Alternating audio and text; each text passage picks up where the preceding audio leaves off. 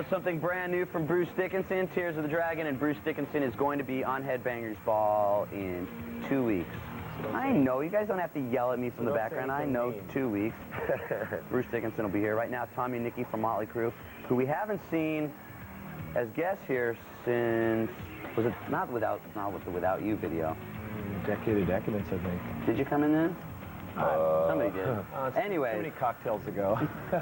So you're out on the road right now. Now things obviously, other than the new singer and stuff like that, things are a lot different now. I mean, or do they feel different? Does it feel like... What do you mean? I mean, for instance, with a new singer in the band, does it feel like it kind of added a new fire to the band, that all of a sudden you're like you were starting off back then and starting off like a new band, or does it, I mean, what are some of the It definitely feels new in a lot of ways. Yeah. I think it's pretty exciting that, you know, we got the experience of a band that's been around for a long time, you know, we've made mistakes that we know, not to do again, and we also have the, what am I trying to say? I'm not awake. I'm not awake. I know, it's early. This is not midnight. It's like 9 in the morning. Oh, don't blow the illusion for us. Don't blow the illusion. That's really cool, man. We're playing some theaters and stuff. Yeah. Some outdoor sheds here, some theaters here, some indoor arenas here. So we're like doing a little bit of everything. So especially doing the theaters, it's cool to. It just reminds me like the Shout at the Devil days. Right before we went on tour with Ozzy, we were doing that kind of stuff, and it's cool to We've actually be back that close to the people. A lot. You know, we during the Feel Good tour got really out of control in size. You know, every night was a stadium or 2 nights in arenas, and we're not complaining about that. In the Forum, I remember it was like 4 nights in LA, which is like 17,000 people a night. Yeah, and it just all the places start to look the same. That's the thing about theaters. They're all different. They all have their own personalities. The stages are different shapes and sizes, and you have to work with that with your set. And it's real exciting. The people, there's no barricade. They're like right there. You can touch them. I'm going to interrupt for 1 second because we're going to come back. We're going to talk about all the new shows. We're going to talk about the record and talk about everything else that's up with Motley. Stop now. Stop now. They made me cut you off. Stay tuned. We got more Headbangers Ball with Tommy and Nikki. Back with Tommy and Nikki from Motley Crue, and we were talking about how with the Feel Good tour you were playing. I mean, I went to billions of those shows, and I mean, it was like with lasers here and the whole big thing, and kind of you were almost going into arenas making the stage exactly the way you wanted it, right? That's what you do. But now it's like you're kind of playing. Well, we've been playing sheds, which for people that don't know what don't know, they're all outdoor amphitheaters and stuff, and a lot of those are really large too. They go anywhere from 12,000 to 40,000. And just about outside in the summertime having a good time. We've got King's X, Typo Negative. Now, why those bands? Because I know that Motley is one of the bands that really has a say in the bands that you guys take to open up for you. Exactly. Well, we were looking for bands that weren't anything like us, yet that we like, that we listen to. We talked about a lot of different bands. We had the Butthole Surfers in line. We had the Ramones. Who else? God, there was a bunch of people. Yeah, lists from hell. And some bands didn't want to play, with a band like us. Now, what would be that? For instance, they didn't want to play. A band that me and Tommy both really liked, but they were sort of maybe in fear of what it would be like in front of a Motley Crue crowd. What we're trying to do is do what used to happen in the 70s and just mix it up. Have a punk band, have a metal band, have a pop band. Mix it up so that the audiences get turned on to new kinds of music. Sit there and hear the same for like 3 hours, 4 hours, the same style of music. Same style of music and the same type of music. We have this major thing that kind of bums us out. We go into record stores and there's the alternative section and the pop section and the new wave section and the punk section and the metal section. It's like, give me a break. Because pretty soon you're picking up a band and saying, okay, well, here's a band like, I use this as an example really quick, Offspring. Well, now they're a punk band, but now they've all of a sudden sold a lot of records, so put them in the rock section. Yeah. And if this band sounds like this now, do you take... I lost my Sex Pistols CD on the road, so I went to get it. I found it in the alternative section. I mean, give me a break. It's a trip, man. It's all just music. It's all music. Music is music. It seems like more people are talking about it. We're going to play a Motley Crue video right now. We'll come back and we'll talk about it. Check this out. This is Misunderstood. Check out the lyrics to this. Back on the Headbangers Ball, we just played Motley. No, we don't. We'll just play I can bring up stuff, too. Okay, never mind. Peace, bro. We're here with Motley Crue, with Nikki and Tommy, and we were talking about Misunderstood, and you were mentioning to explain lyrics for that one, because you were saying how the lyrics are very important. It's funny because, you know, me and John do all the lyrics in the band together, where before it was mostly myself. And I think the song is really based around things that happened to me, and John really feels that it's about him. And so this is like a little thing we were talking about the other day, and since we started on tour, a lot of kids think it's about them. But that's what I was going to mention, that a lot of people, if there's a band that they're into their songs, they read the lyrics and they go, man, you wrote that song about me. I'm going through that stuff, which is that's what it's about. Well, that's what writing honest lyrics are about. You know, that's the thing with Motley. If we were going through, you know, sort of indulging in the excesses of life, that's what we wrote about. If we were going through other things, we write about that. Which would be, what would be the stuff that Motley Crue is going through now, that you could pick up on the new Well, record? I think that mature is such a weird word for a rock and roll band, but you know, I'm 35 years old, I have 2 kids, and you look so damn mature. Don't I look like a dad? Yeah, this is scary. This guy's somebody's dad. That's really scary. Really. And you have a daughter? Yeah, I have a daughter. So one day, No. your daughter... Don't start! Don't start! This is my dad, Nikki Sixx. I'd like, Mr. Nikki Sixx, I'd like to take your daughter out. Yeah? Well, he'll be home. She'll be home by 10. The kid will be home at 9:30. We'll be back with Motley right now, playing Metallica, Fade to Black. Now, Soundgarden with Black Hole Sun. Something about a Barbie on a barbecue always works for me. And we're here with Tommy and Nikki. And during the commercial break, we were talking about some of the music that you guys have been listening to lately, and what are some of the bands? I've been listening to 11, so have you? Yeah, that's a great record. 11 Great record. Have you heard it yet? It's great all the way through.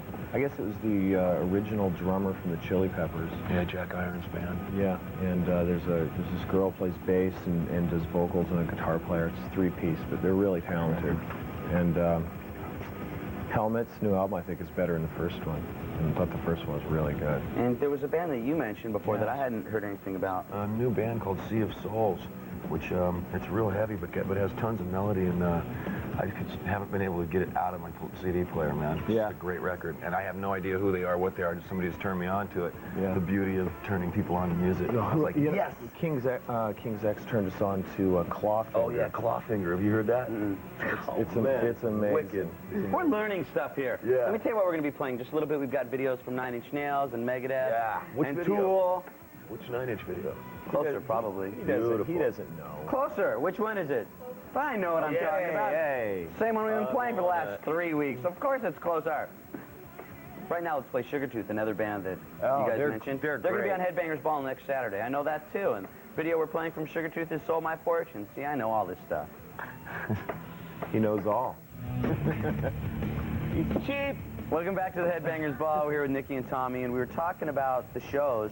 I mean, when you came out with the last record, and it was like every night in front of 17,000, 18,000 people, and now you're playing some smaller places. Well, we played a couple smaller places to see how it fit, see how we liked it. We've got a lot of stuff, and it's hard to cut down, so we had 5 semi-trucks full of stuff, and we scaled down to 3 for to do some of that stuff. And so what we're doing is we're going home now. We're going to change the whole show around so it can fit in, have a good show in a smaller place. Now some shows got canceled and everybody's got their reasons. Oh, they canceled because of this. I mean, what are the reasons? Because how many shows got canceled? Because there's a lot of 14 shows on the East Coast, but what was happening was we were having all this equipment setting around that was too big to fit into these places, and sometimes we couldn't use things that we could have used if we had a little thought put into it. So that's where we're going to go home and just rethink the whole thing of playing in some smaller places. And it's real cool. We still have King's X and Typo with us. So the shows really aren't canceled, it's been postponed. Rescheduled. So you are going to come back and make up those days. Yeah. Now, for the past Motley Crue records, when they came out, I mean, you guys would sell 3 million off the bat. Yeah. Bam, you had the 3 million Motley Crue fans. Well, not quite that much, but thanks. Pretty close. Well, the last album was millions. like that, but before that, it was always like, you know, we'd sell 1 million, and then we would like go out and tour and work it up to 2-3 million copies. And this thing, I mean, what was the reason you think this is taking a little bit longer? Or do you think, I mean, you guys waited how long before? 4 years. 4 years. But we really had no choice, you know. The situation we were put in is first of all, we did Decade of Decadence, and that ate up some time. We were rehearsing, writing those songs. And during the time we were getting ready to start working on a new album is when, you know, Vince left the band. And we were forced with the decision of whether to go on or not. Okay, we're going to talk a little bit about that and talk about the new Motley Crue and some of the changes and stuff like that when we come back. But right now, let's play 9 Inch Nails with Closer. Yes. The Headbangers Ball, we're here with Nikki and Tommy from the Crue, and we were talking about taking the 4 years, because that's a long time. Yeah. Now, Usually it's 2 years for us. in a sense, which is long. you could say you almost started completely over. I mean, does That's it what feel it like you started completely over? Because right now you've kind of got to, I mean, to be honest, you kind of have to prove yourself. Yeah, and we Motley like Crue that. sounds like a new band, is basically a new band. Yeah, exactly. I mean, first, New sound. you know, we always said we would break the band up if anybody left. You said it. I said it. Well, Yeah. we said it as a band, you know? Yeah. And the thing is, well, it had just sort of deteriorated, and when Vince did leave the band, yeah, I remember the conversation was me and Mick and Tommy. We were devastated. We were bummed out. It wasn't like we were celebrating. Mm-hmm. And, you know, I get a lot of mail from kids that are like, you know, how, you know, they can't use the word that they use, but, you know, how bleep it is of me or Tommy or Mick to have done what we did to Vince. And the truth of the situation is, he did it to himself. He left the band. And so we were forced with the decision of quitting, breaking the band up, or do we still want to make music together? Because it's basically... We're not done, man. No, we're absolutely not. Still, we love each other. We're best friends. We still write some of the best music of our lives together. If there was no more music coming... Because the only difference is if you would have changed the name, people still would have said, oh, have you heard the band That used to blank be. that's got Nikki and Tommy and Mick from Motley Crue? Yeah. I mean, they still would have said So we said we owed it to ourselves to at least see what it felt like, you know. At times when Vince was out of town or off doing whatever he was into doing, Sebastian Bach would come down and hang out with us, and we'd be rehearsing. We'd need a singer to rehearse, so he'd sing. Steve Perry from Journey came down one time just to hang out and meet everybody, and he was singing, and so we kind of had the feeling of what it would be like to have a different singer, and we said, you know, the least we can do is try it on for size before we, you know, end it. And when we met John, it was magic. Yeah, we're going to talk a little bit about Motley Crue with John, and we'll find out much more stuff, so stay tuned. Oh, shoot the ground. Yeah. We're talking earthquake stories. We're nothing retarded, really. dude. We're talking about how we grabbed our guns During earthquakes. Earthquake resistance, like we do. Earth, stop! Yeah. Or I'll shoot. So, we're talking about when John Corabi got in Motley Crue, and you mentioned earlier that you started writing songs. I mean, how did it feel? Because did John help you on, like, most of the songs on the new Motley Crue record? The thing was, when John came on board, we made a decision to not be any more of, I would write a song, or me and Mick would write a song, or Tommy would write a song and bring it to the band. We would sit in a circle, and we would just write it together. I mean, I may have a riff, or Tommy may have a riff, or whoever, or John, but we all just contribute equally, and then when the music is as good as we think it can be, then we make a tape, and me and John would go away and write the lyrics. I didn't want to be the lyricist anymore for a singer. I wanted him to be into it, but I have a certain... So it really is a new Motley Crue. I mean, other than having a new singer, hey, we wanted to change you guys are the doing name. things a lot different. We wanted to change the name. What would have been a name? Well, I don't know. We never got that part. Because you got to realize that a record company signs a band. In essence, they own the music that you put out during that time, and that also is the name. And for them, they were like, you know, if you change the name, you're not going to sell as many records. We're like, so what? We're a new band. And the business. Because you are still starting. I mean, pretty much, it's a new band. Motley Crue. You feel like you're starting brand new. Now, for people out there that want to go see the Motley Crue shows, tell them what you can understand. Because I mean, I remember just about every single Motley Crue tour, and every show was something different. Yeah. And tell them what they can expect. Because you're still doing some old stuff, obviously. Oh, yeah. What does it sound like with John singing? Dude, you wouldn't great. believe what it's like. For instance, like, going way back to like "Shout at the Devil," him singing "Shout at the Devil" is amazing. It's fat. He rips, man. He rips hard. And we're doing some other stuff that we've never done before. It's like we're doing our little version of Unplugged at the end of the show. We come out acoustically, a little tiny drum kit, and everybody's playing acoustically, and we do some old stuff, some new stuff, and we break people out have been cover tripping songs. going, Sometimes we do Beatles songs, Zepp songs, whatever. Changes all the time. some people just last night I was checking on America Online, going, man, the acoustic set at the end of the show freaked me out. Man, it was so amazing. And it was great to hear like Home Sweet Home on guitar instead of piano, you know, and John plays harmonica in it. So also being able to play on just these kind of stages, you can change the show because you don't have to worry about the lasers going off at this time. You can say, you know what, let's just put in this here and do this at a different time. We had no lasers, no pyro. We have great lights and just we're just winging it, man. Just winging it. Fun, it's great. Everything changes. It's like starting over. It's cool. It is. Well, we're going to play Motley Crue, the first video from the new album, which is out in your stores, of course. And go check them out. When are you going to resume the tour? On the 27th in Columbus, Ohio. So that will be it with the same opening bands, King Sixx and Typo. Yeah. Okay, thanks for stopping by. Right now, let's play Motley Crue with Hooligan's Holiday. Sixx, and we called Motley Crue back here for a reason. There's an EP that we've been to yell at you. You. There's an EP that I didn't even know anything about that you guys are going to be putting out soon. Well, it's out. You can order it through the new album. There's a little order form in there, and to like cut out the middleman record store kind of deal. Just for the diehards. Yeah, you could order it through mail order, and it's like $6 or something, something like that, really cheap. And it's got like 6 songs on it. And our producer, while we were cutting that record, said, you know, he had heard each guy's like kind of writing efforts on their own. He goes, man, you guys like all have your own weird styles, and he goes, I want each guy to take like 2.5 minutes and go totally off. Do whatever you want. Musical freedom, no input from anybody else. Everybody just go on their own. Solo. Let's see what happens. Each guy did a solo kind of a... So it kind of shows exactly what everybody's style was. And what so in a nutshell, right before we go, Yeah. what did every person sound like? So yours was more of a, as Nikki's would be, and... Mine was like a hardcore kind of... Reminds me of the Beastie Boys meets some real metallic guitar. Yeah. Beastie Boys meet Pantera or something. Biohazard. And there you go, something like that. You know, it's just... And he sings, he played guitar, bass, drums. The whole deal. I did the same thing. I don't Nikki's is just... Psycho. It's like just it's wicked, man. It's more... Nikki's is a lot more... Maybe The Cure meets, or Sisters of Mercy meets...